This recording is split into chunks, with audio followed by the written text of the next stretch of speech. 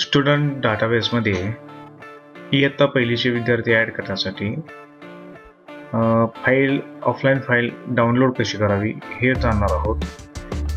Menu बारमध्ये एक्सेलमध्ये जा, डाउनलोड पर्सनलवरती क्लिक करा. त्यानंतर आपणास एक विंडो दिसेल.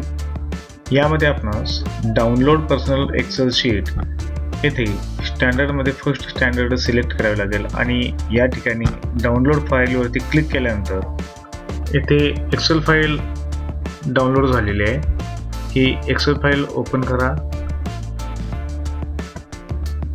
ही एक्सेल फाईल ओपन झाल्यानंतर आपल्याला 3 टॅब दिसतात: इन्सर्ट, अपडेट आणि डिलीट. यामध्ये इन्सर्टवरती क्लिक केल्यानंतर आपल्याला जो टॅब दिसतो यामध्ये विद्यार्थ्याची डिटेल भरा आणि सेव्ह या बटनावरती क्लिक करा.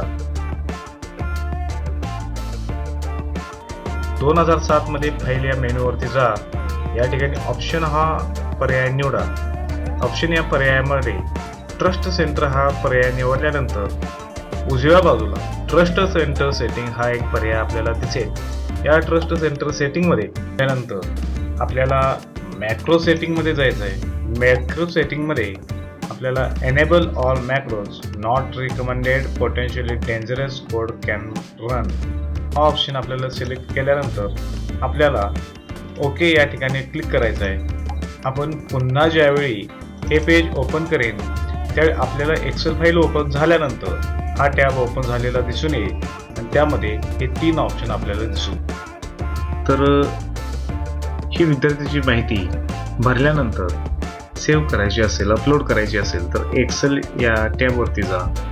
अपलोड पर्सनल या बटनावरती क्लिक करा. चूज फाईल या बटनावरती क्लिक करून आपणास या ठिकाणी जी मिनी फाईल आहे ती मिनी फाईल आपल्या UDIS नंबरसहित ती आपल्याला सिलेक्ट करून या ठिकाणी अपलोड करावी लागेल. CSV फाईल आपल्याला अपलोड करण्यासाठी ही फाईल पहिल्यांदा XLS या फॉर्मॅटमधून CSV मध्ये कन्वर्ट करावी लागेल. जर आपण एकाच वेळी जर अनेक फाईल डाउनलोड केल्या तर त्या दोन्ही फाईल या स्वरूपात आपल्याला दिसून येतील.